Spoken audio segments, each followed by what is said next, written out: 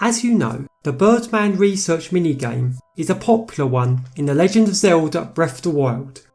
Run by Branley on the Ridgeland Tower, the game as you try to glide as far as possible in return for a rupee reward. It's a neat challenge and one which has inspired thousands of crazy records and videos. Yet it also made us wonder something. What would happen if we tried other things during the minigame? Like void out or trigger cutscenes? Let's find out. Starting with what happens if you drown or fall off the edge of the world. Put simply, you respawn on solid ground, then the minigame ends. And similar things happen with the Floret Sandbar too. The cutscene plays, you respawn on solid ground, then the minigame ends. Still, the intro cutscene is pretty amusing in this state.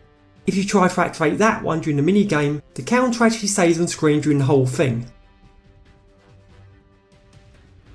Then of course, the minigame ends straight afterwards. It's amusing to watch, to say the least. Meanwhile, riding a horse during a minigame has its own interesting effects.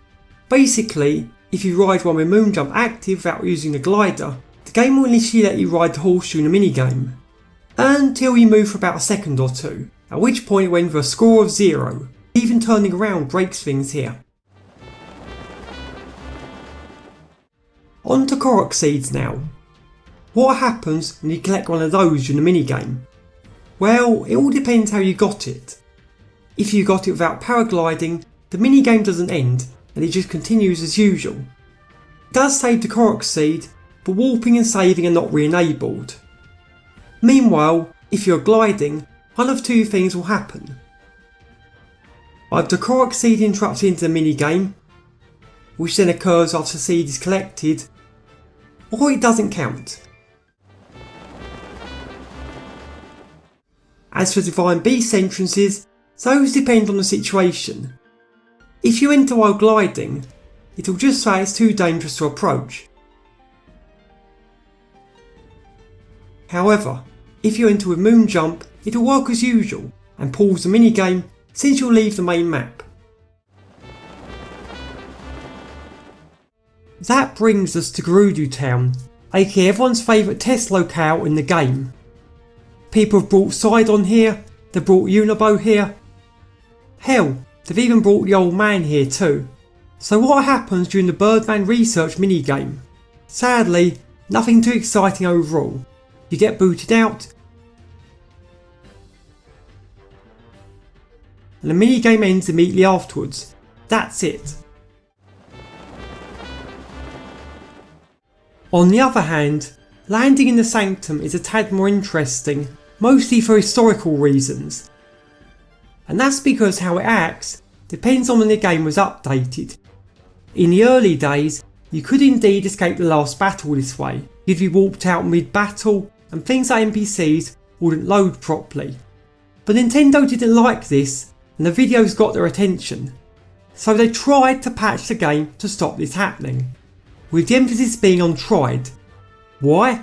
Because in the process, their fix screwed up a bunch more things instead. Basically, the game used to use a flag called First in Hyrule Castle Boss Room to trigger the last battle, and in version 1.2, they fixed the minigame escape exploit by resetting the flag in certain situations. Problem is, the new flag they used, It's Play Demo 1450, wasn't being checked properly, which in turn meant reloading a save during the last battle would bring back all the NPCs and whatnot and let you play a mostly normal game with the Bow of Light. So Nintendo ended up patching the game again a few weeks later, which fixed the issue. Now, entering the Sanctum during the minigame will merely play the relevant cutscenes before booting you back out, and everything will return to normal as expected. Still, there is a way to escape the minigame, namely by using the Lurelin Village gambling game, like during the last battle. If you save and reload, then the minigame is just reset altogether. whereas if you enter another map or warp, the minigame is placed on pause. You can glide as usual, and things like the counter don't work. Approaching the tower does in this state, but it has a really weird activation radius. It doesn't work if you land on the tower itself, but it does work if you moonjump or swim towards it from land. It's weird, I know, but I can't explain it. Finally, if you land on a Ventile during the quest, well, you have a 50% chance of getting a Ventile Storage. Sometimes you'll just be able to walk away from the minigame afterwards, and sometimes you'll get pulled back by the monk. It's a key part of the setup for inventory corruption chaining, which we'll cover in a later video. So yeah, that's what happens if you try to do crazy stuff during the Birdman Research minigame. Usually the cutscene just plays while the minigame ends, but sometimes other things will break too, with amusing consequences. Either way, if you enjoyed the video, give it a like, subscribe to our channel if you wish to see more, then leave your thoughts in the comments below or on our Discord server today.